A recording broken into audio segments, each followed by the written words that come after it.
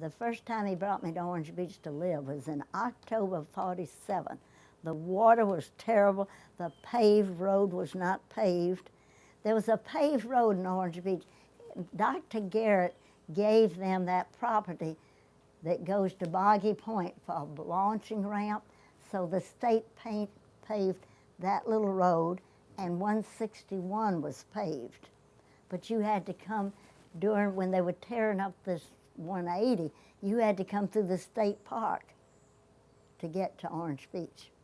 59 was a red clay road, and in bad weather, you couldn't travel it. I mean, you would fly in the ditch.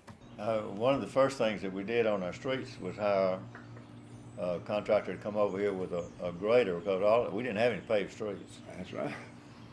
And one of the first complaints that I got was from down at Bear Point on the street where Jack Govan lived. They said, "Why'd you come down here and ruin all those bumps so that nobody could get over 15 miles an hour? Because you graded it, and now everybody's running 50 miles an hour." Right. So that's about the first complaint I got about providing the city services.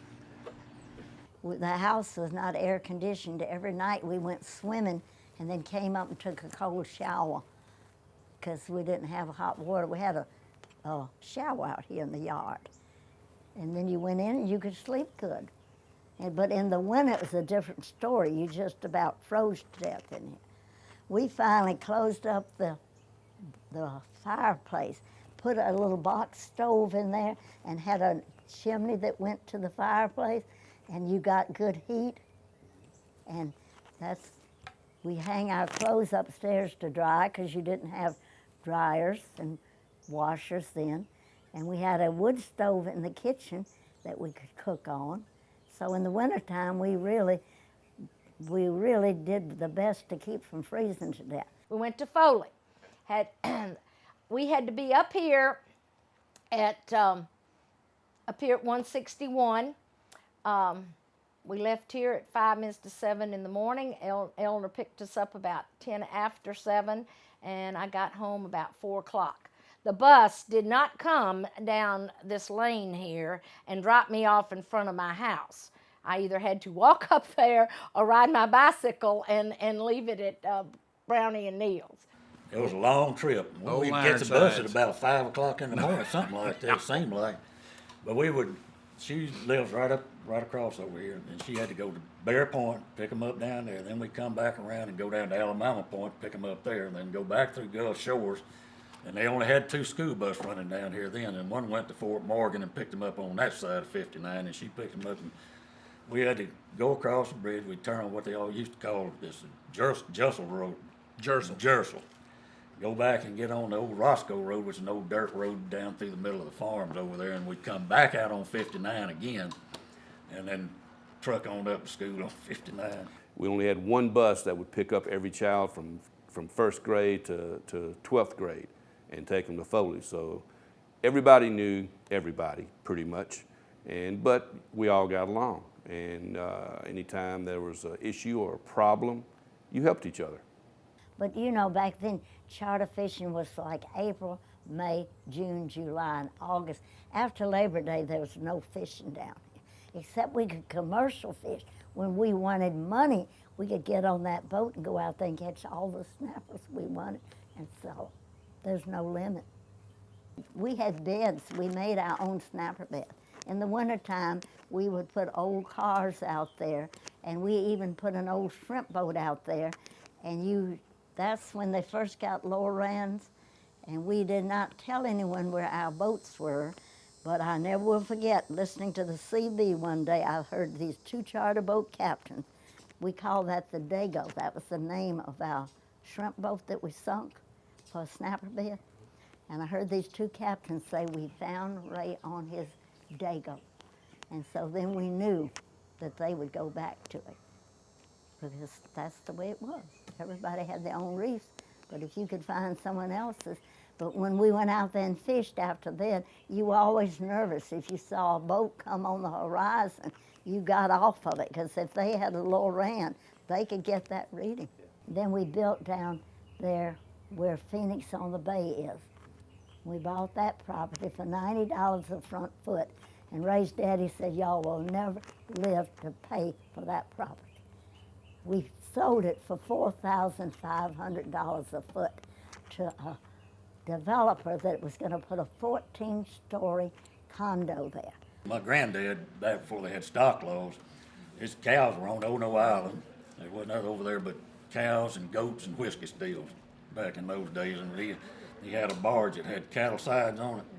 And we go there once a year and bring one back and have them butchered, you know. And then this place was just alive with wild hogs. And I was just a little fella. We'd go out and he'd trap them and bring them home and feed them up on corn. And then first cool morning, he'd butcher about 3 of them in a big smokehouse. But Well, he was the only farmer on the yeah, island. he pretty much kept it in the winter months. he kept farmed. kept them alive with something to eat all in Orange Beach. He had cows, he had sugar cane, he made cane syrup. Oh boy. That was a big highlight of the year when we'd come in on the school bus and Mr. Amel, his granddaddy, was boiling sugar cane. That story got started by Mike Maselli, who's now deceased, and my brother, Foster Childress, and James Huff. Well, girls were always coming from Mobile over here and Bay Minette and different places and all. So they thought up the idea that they would bring these girls through the state park, and they would have Mike, here he was dressed up like a cat man. You know, he had all this palmetto stuff and all this stuff all over him and everything. So they had him out, and they had all the girls in the car, and they were going to come, and here Mike was supposed to jump out and, you know, scare the girls.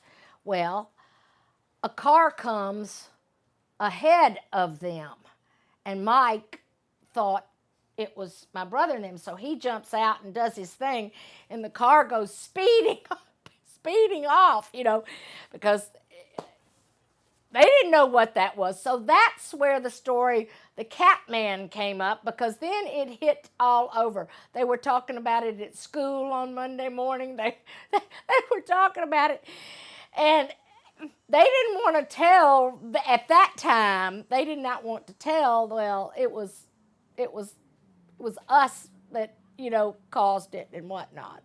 And Tim Blaylock, John Carpenter, they were pulling the same thing on some girls that had come down.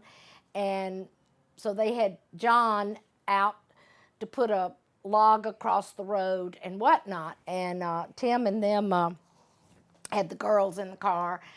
And they got there, and here's this big log in the road, and so John jumps out, you know, and they, you know, and whatnot. What I heard and what I truly believe is back in the day, during the Depression, it was really hard on a lot of folks. And supposedly there was 3 guys that just went out into the park and decided to live off the land. Well, after about 3 or 4 years, nobody heard from them again. And so finally they did a search out for them, and they found 2 graves. Never found a third. Never found the third man, except every so often there would be sightings of this man that was, they thought he was a man, they guessed he was a man, but just scraggly and nails long and this and that, and hardly who could recognize him, but they would only see glimpses of him. And so ever then that, they would call him Catman. To this day, you never know. Anything to do with the water, you know, and I taught lots of cousins and their friends how to water ski. I mean, you know, and we would be in the water out here almost by the time we finished breakfast until they were telling us to come in at night and said, y'all need to come in and eat, because, and we'd spend days over at the Gulf too, swimming over at the Gulf, or, you know, just going over there and walking the beach. Anything to do with water, whether it was fishing, whether it was crabbing, whether it was skiing, or anything to do with a boat, obviously that's what you did. We swam, we skied, we gigged everything that moved, we netted everything that moved, we threw cast nets, you know, we chased what few tourist girls there was, you know. It was a good place to grow up. I don't know if I guess it's still good compared to a lot of places.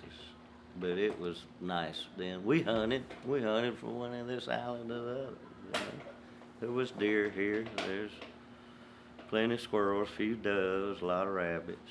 You had 1 week during the spring break that was real big, and then you had from basically from Memorial Weekend to Labor Day. And when I said it was over at Labor Day, it was over at Labor Day. The people back then, you would have a business on the beach, and you would board those windows up Labor Day about 5 o'clock, boards in the windows. That was it till that spring break week, and done. You wouldn't see anybody. It was a ghost town. You know, and those days obviously are gone. We might be 6 or 8 cars pass you in an hour coming south on 59. And once we got to the Canal Bridge, we were in trouble then. Because we'd start out walking, and if we weren't home by about 8 o'clock, they'd come looking for us. I remember one Just time. no traffic whatsoever. Condos. Yeah. Condos. All started with Frederick. Then they And got all more condos. some media from across the United States, and man, that started, and it's just been building. I think it all started in Gulf Shores when they built that Holiday Inn in Gulf Shores. Well, it could have been, That but- was after Frederick. Yeah. And after that, it was just, But you could ride down the beach road and see the Gulf anywhere you wanted to look, and now Yeah. you can't even see the Gulf. From Gulf Shores to Pensacola, it's just nothing but high rises. And I guess things have to move, but man, it sure moved fast down here. everything but the traffic. Traffic doesn't move very fast. 1964, in the 11th grade history class at Foley High School, we were, for American History Month, we were told that we, had to do a research paper. So I chose to do mine on the history of Orange Beach. I interviewed a lot of the Callaways and the Walkers, and because again, it was Callaways and Walkers and their few relatives, and that was about it that were here back then. And so I did that history, and then when we became a city in 1984, they used my information. That was the only history that had ever been done. Well, now we have waterfront property when we bought in '69 and we built just a one room and bath, and then we started in '79 when Frederick came. We had Black Den upstairs, so we made that our permanent resident upstairs in '79. One of the things I like about Orange Beach and where we live now is when the moon comes up at night over that water, it's just beautiful. And but it's just, and then sometimes I fish off of our little pier. I enjoy doing that. And but it seems like it's just an ideal place for people to come, on vacations. And usually the weather's nice.